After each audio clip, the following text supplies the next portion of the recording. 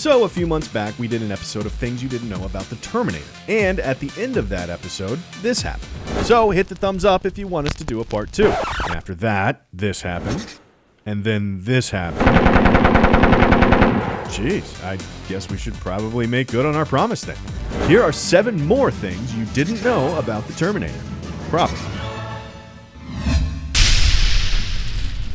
By now, we've seen Nick Stahl, Christian Bale, and Thomas Dekker all step into the role of John Connor, and soon enough we'll see Jason Clarke take it over. But for a lot of us, young Eddie Furlong will always be the real John Connor, just like Michael Keaton is the real Batman. Sorry, separate discussion. What most people don't know is tween-age Eddie Furlong's voice changed during the 5 months of shooting Terminator 2. You can hear his voice cracking on this line. Put the gun down now! Because Furlong's voice had fully changed by the end of the shoot, they had to go back and loop his performance for the whole first half of the movie to make sure it was consistent throughout. You can hear his non-dubbed voice here in this scene. Why do you cry? I don't know. We just cry. You know, when it hurts. Director James Cameron decided not to loop his voice in this scene because he felt it worked better if John Connor sounded young and more vulnerable in the moment.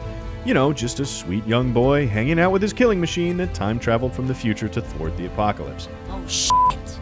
Super wholesome. Arnold is the Terminator, and the Terminator is Arnold. But before we had the iconic movies and sunglasses and leather, back when the Terminator was just a script and some concept art, the filmmakers had to figure out who should play this critical role. And most people don't know that one of the names brought up as a possible Terminator was O.J. Simpson. What, was Robert Blake unavailable or something? Boom! Next thing! Sticking with the first Terminator for a second, let's talk about this super badass smoke wafting off of Arnold in this scene. Know how they achieved that smoke? By pouring acid on him. Yep, real acid.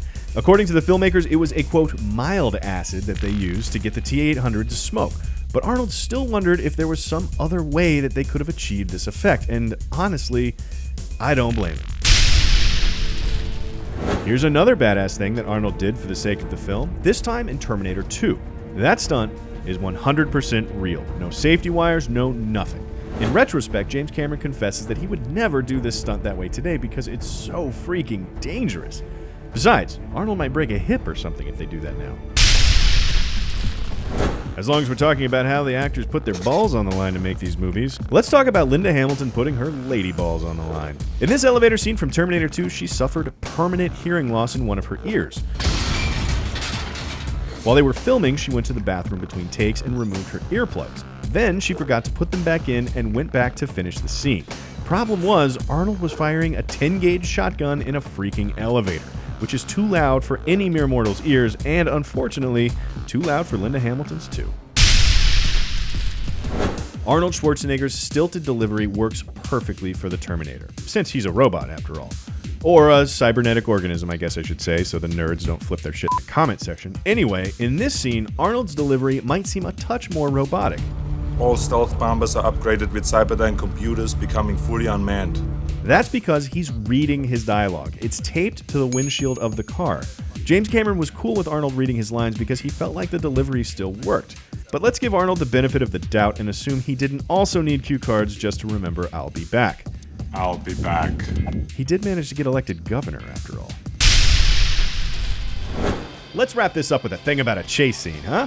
Right here, when they're in the cop car, it actually took a lot of movie magic to get the shots they needed. For one, Arnold isn't even the one driving the car. There's a stunt guy in the backseat driving the car backwards, which sounds incredibly hard. You can kind of see his head in the back window right here. But he's not the only guy hiding in the back of the car.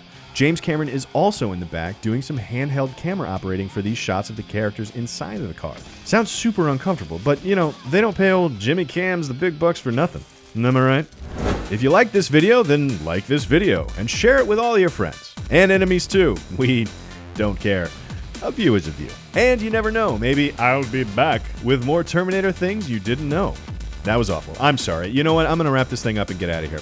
Thanks for watching. Be sure to check out Cinefix.com and subscribe for more true-ish things about movies and sometimes multi-millionaires hiding in the backseat of a cop car right here on Things You Didn't Know.